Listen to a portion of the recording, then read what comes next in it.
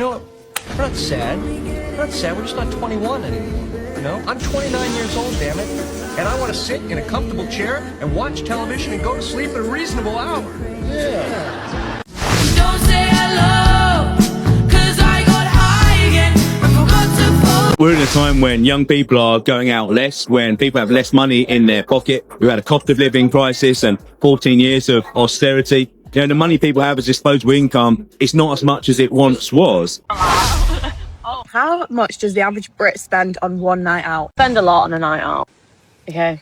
I've gone with what I would normally spend on a night out. Some 150, top 200. 250 and then max 400. Like sometimes the train can be a bit expensive. Yeah, trains are expensive, that's true. I've gone between £60 and £150. One person is correct. Maddie, it's £69 and 64p. Wow, that is a cheap night out.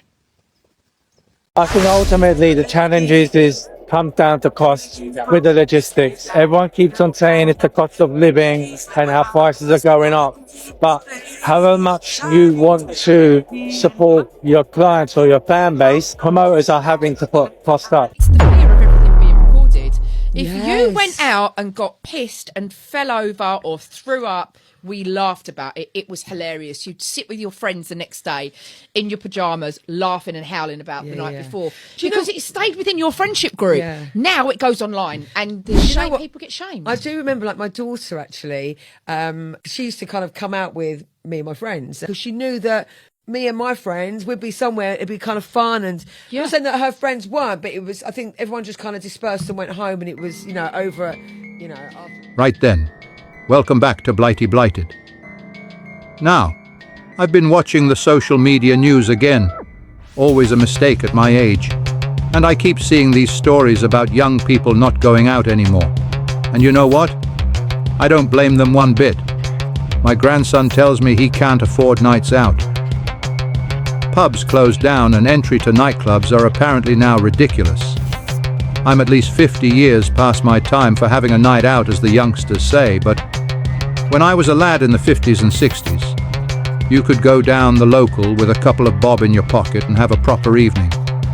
Fish and chips, a couple of pints, maybe catch a picture at the cinema, all for what you'd spend on a single pint nowadays. These youngsters today, they're looking at £8–9 for a pint in London.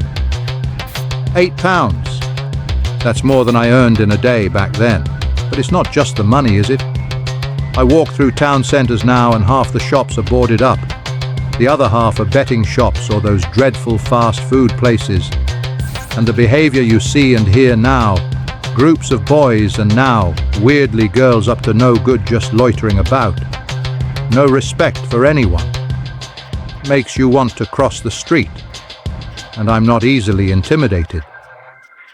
The community spirit we had, that's gone, isn't it? People knew their neighbours. Now everyone's got their heads buried in those phones. What is happening to nightclubs, please? They are shutting down left, right and centre. Yesterday I was up in London, drove past Tiger, that's gone. And that's been around for God knows how long. I've only been there a few times, but that's quite a well-known club. And it's gone. It's gone. Why are the 18-year-olds going to bars and restaurants now? Go to a club. You don't know the feeling of getting ready with your friends and going to a club. Either your local one down the road or one up in London. There is a feeling unmatched to it. And I feel like ever since COVID, it's just gone downhill. And, you know, I used to be out all the time. I know, I used to be out all the time. And I enjoyed it. It shaped me as the person who I am today. But clubs have just gone absolutely downhill. They're all stopping, and some of the ones that are still going are either so expensive or just a little bit, do you know what I mean? There's no sort of, oh my God, we're going to see blah blah in thingy tonight, you know, down your sort of local club. And it's quite sad, really. Maybe we should just all chip in and open some, like, a huge super club that we can all go to. There's certain things where, again, I've taken a bit more accountability in terms of what I'm spending on now. Yeah. Because, you know, the times where you'd go out like a bit more, you'd go to like restaurants a bit more. Like, I don't even club as much now. A, because it's just a bit dead anyway. And B, it's just, it's a lot of money for sometimes the same thing. Like, there's always going to be parties. Do you know what I'm trying to say? Like, and just stuff in general. Like if I'm not planning towards it now, I try not to just go out and spend. Like, I just want to do this. Like I look at it and say, cool, what can I spend on now? What can I invest on now? I'll still be a bit lenient, have fun and that, but it just depends on what it is. Is London losing its place as the party city? Let's find out. London was once a world-class nightlife destination, but it now has fewer nightlife venues open past 2 a.m. than any of Britain's major cities. We analysed the closing times of hundreds of pubs, nightclubs and bars across the 12 biggest British cities.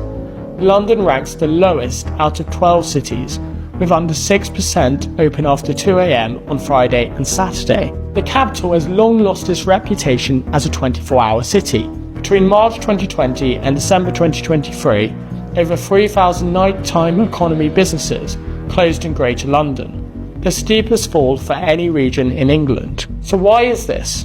Well, people just aren't staying out as late as they used to, primarily because they have less disposable income and concerns about the ability to get home after midnight. Crime has become a major issue for people, sexual harassment and theft, particularly in popular places such as Soho.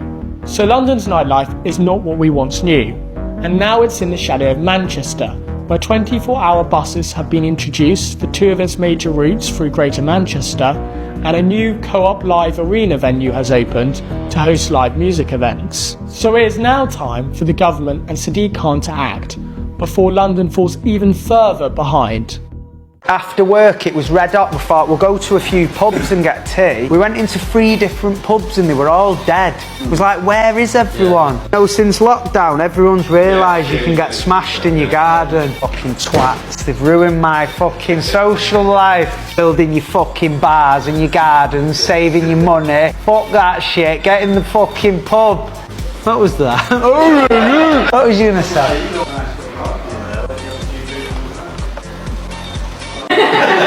No, we actually should do it. We'll do it tonight. I'll do it when he has his first tattoo. That's a safe bet. If it was something I didn't want to do, I'd put the stakes. I'll do it when Jacob has his first tattoo. Still really worrying, all this increased regulation that's coming in from the UK government that is just crippling nighttime venues and the nighttime economy here in the UK. I was just looking back at Martin's Law, which they brought in fairly recently, which makes it even harder and more expensive for nighttime venues, especially smaller ones who can't really afford the extra cost and the time that it takes to meet this regulation, bureaucracy and red tape. That's kind of crippling them. I believe that there's more regulation on the way in the coming months as well. So it's just getting harder and harder for smaller nighttime venues to operate. Who remembers going on nights out in the early noughties and it costing you no more than 35 quid? Pre-drinks at home, I'm talking entry to the club, I'm talking getting trashed at the club, I'm talking fast food and a taxi. If you're thinking he's a madman, I'm going to price it up for you now. So the night would start with a trip to the newsagents where you would get a bottle of Mad Dog 2020. Pineapple was a personal favourite of mine, and that would cost you $4.99. Now, if you still lived at home, of course, you'd be swigging that down with some booze that you had in your parents' drinks cabinet. Free. Now, back in the day, you didn't wait for ages to go out. You went out early because it was cheap or free entry to the clubs. So let's say that you leave your house in a taxi that you share, £2.50 each because it's a fiver to town with your mate, and you get to the club and it's a fiver entry. Once you're in your club, binge drinking was encouraged, and 5 VKs for a tenner. I swear this was an offer back in the day. 5 bottles of VK for a tenner. Stumble out the club, into the fast food shop. Personal favourite for mine was cheesy chips with mayonnaise, sometimes with beans. Fiver there. £2.50 left to share the taxi with your mate home. Staying at your mate's out, 30 quid, done. What's the average you spend on a night out in London? Depending what you're getting up to. I'd say £50. 40, £50. Like £50? That's about it, I would say. Being responsible. I don't party. I'm sober. I don't drink. So I'm saving a lot of money. On average, I'd say probably £100, maybe. About £100. It's got to be at least that, if not more. And where's privilege though, isn't it? You get free drinks. Once a month, I'm going for one of the biggest parties like Verboten, Torture Garden. I love Below Stone Nest. That's a go-to for me. me. Theatre Arts Club. Oh, the When you Arts go Club. down the Yeah, stairs, yeah, yeah. that's the best place in the world. Electric Brixton. Just really grotty, but it's brilliant. They have a very nice reggaeton team party. I'd usually go to maybe a pub first and then maybe a restaurant afterwards, and then possibly, if I can stretch to it, a pub afterwards.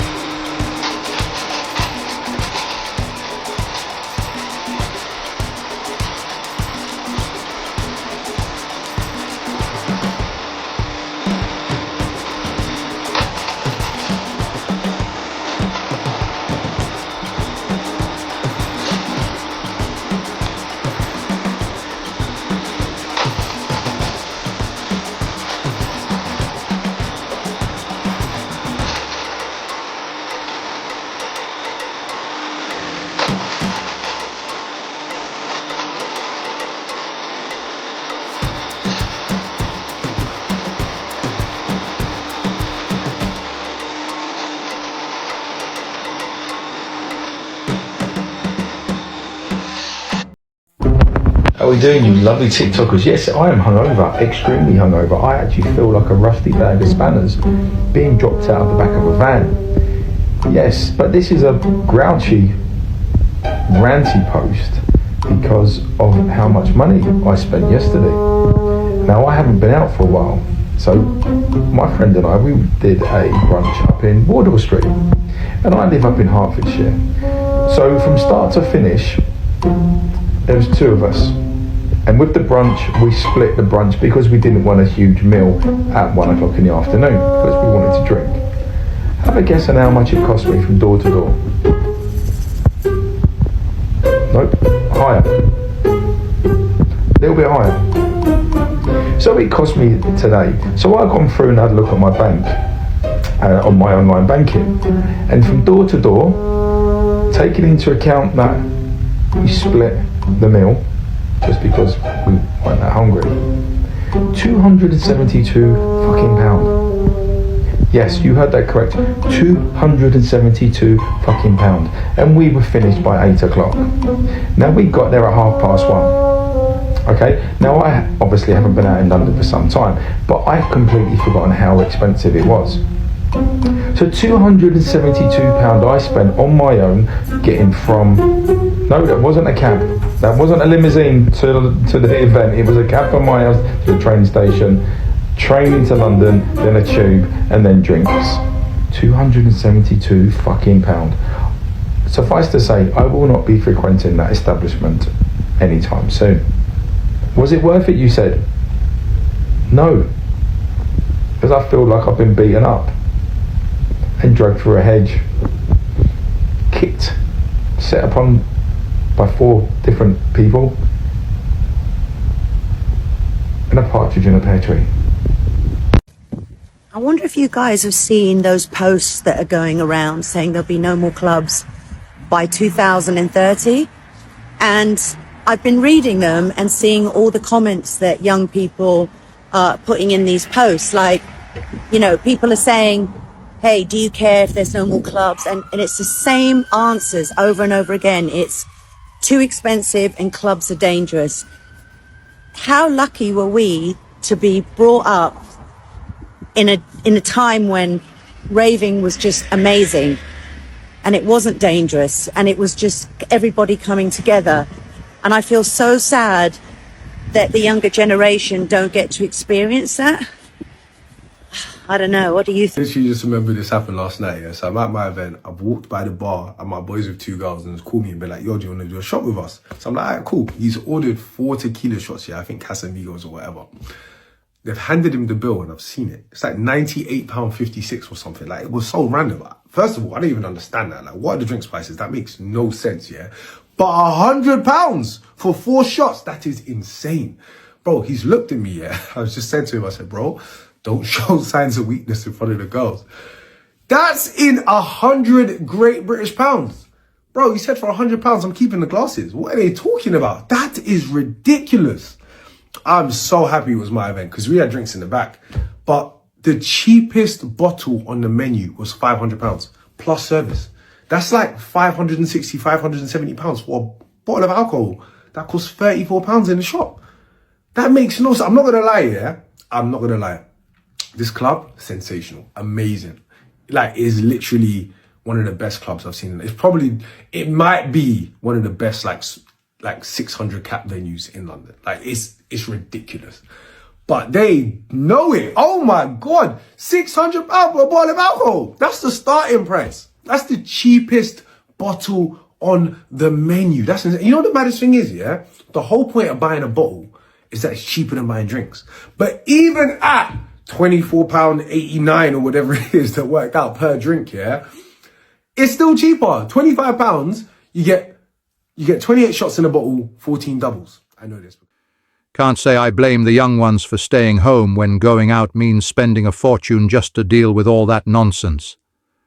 Mark my words, we've priced an entire generation out of living, and that's not their fault. That's ours.